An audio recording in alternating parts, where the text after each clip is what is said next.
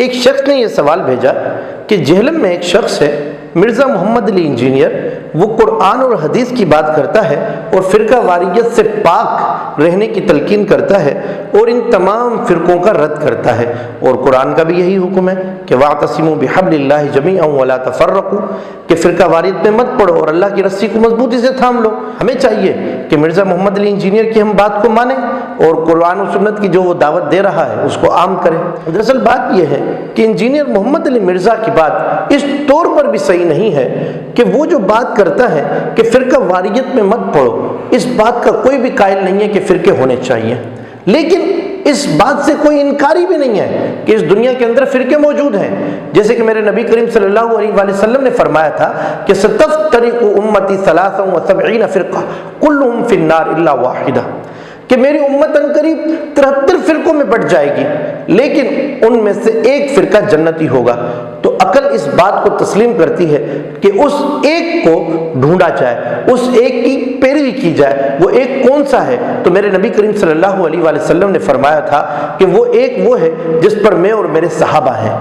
یعنی ہمیں اللہ اور اللہ کے رسول کے فرمان کو اور صحابہ اکرام رضوان اللہ تعالی اجمعین کی زندگی کو دیکھنا ہوگا کہ وہ کس طرح دین اسلام پر عمل کرتے تھے۔ اب ظاہر سی بات ہے ہم نے تو انہیں دیکھا نہیں، تو جن بزرگوں نے دیکھا ہمیں ان کی بات کو بھی تسلیم کرنا ہوگا۔ ان لوگوں نے کتابوں کے اندر اس بات کو درج کیا کہ رسول اللہ کی زندگی اس طرح کی تھی، نبی کریم صلی اللہ علیہ وسلم کے صحابہ اکرام کی زندگی اس طرح کی تھی، ہمیں ان کو ماننا ہوگا، ہمیں ان کی بات کو تسلیم کرتے ہوئے دین اسلام پر عمل کرنا ہوگا، قرآن و سنت کے اندر رہتے ہوئے اپنی زندگی کو گزارنا ہوگا۔ اور اگر ہم فرقوں کی تاریخ پر غور کریں تو فرقے ہوتے کیا ہے؟ دراصل بات یہ ہے کہ ایک تھا اہل حق کا راستہ جو کہ نبی کریم صلی اللہ علیہ وآلہ وسلم اور صحابہ اکرام جس پر چل رہے تھے۔ تاریخ میں ہم یہ دیکھتے ہیں کہ وقت کے ساتھ ساتھ کچھ لوگ جدا ہوتے چلے گئے، چند چیزوں پر انہوں نے اختلاف کیا اور ایک الگ فرقہ بنتا چلا گیا، جیسا کہ تاریخ کے اندر کئی بڑے بڑے فرقے ہمیں نظر آتے ہیں، جیسے معتزلہ کا فرقہ ہے، خوارج کا فرقہ ہے، اسی طرح کئی فرقوں نے سر اٹھایا،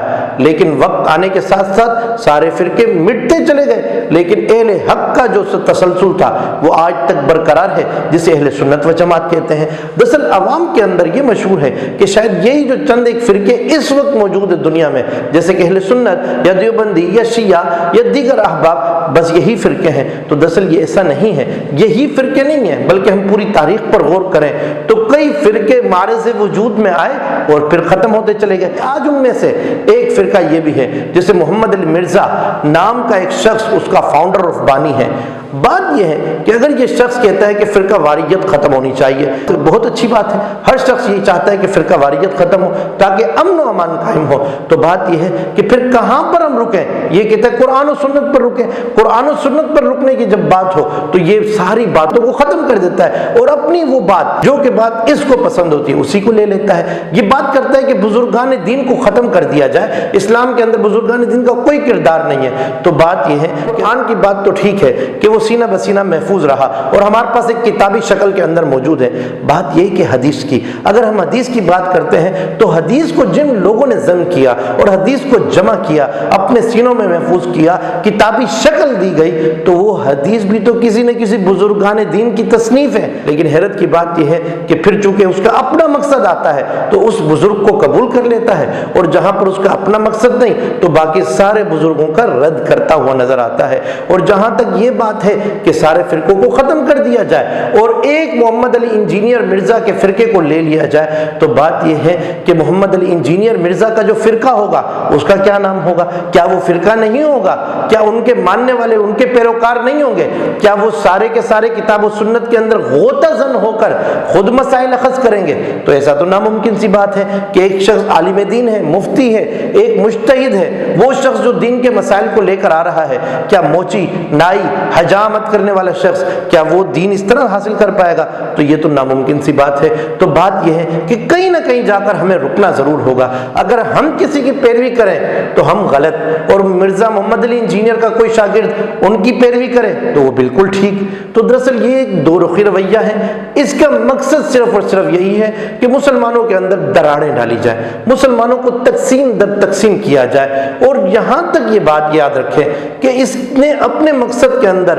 بہت اچھے طریقے سے کامیابی حاصل کی، کیونکہ اس کے جو لانچ کرنے والے ہیں وہ آج کل کے جدید دور کے تقاضوں سے ہم آہنگ ہے، بلکہ یہ کہا جائے کہ جتنے جدید دور کے تقاضے ہیں وہ ان کے بانی ہیں۔ دراصل جہاں تک بات کی جائے محمد علی انجینئر مرزا کی، یہ کبھی بھی نہیں چاہے گا کہ مسلمان متحد ہوں، کیونکہ اس کی جتنے بھی ویڈیوز ہیں آپ ان ویڈیوز کو بغور دیکھیں،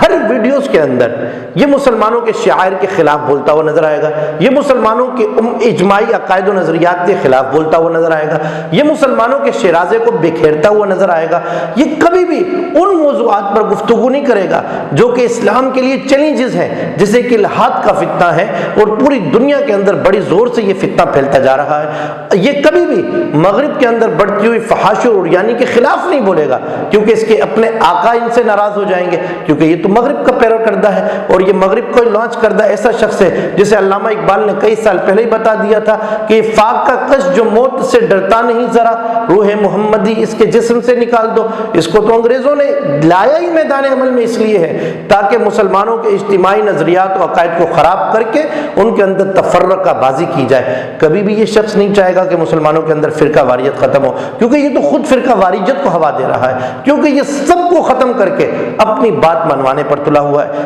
سب کو غلط قرار دے کر اپنے فرقے کو لانچ کرنے پر تلا ہوا ہے۔ مسلمانوں کو چاہیے کہ ایسے لوگوں کا سخت حساب و کتاب کریں، اور یہ وہ شخص ہے جو کہ کبھی بھی علماء حق کے سامنے آ کر نہیں بیٹھتا،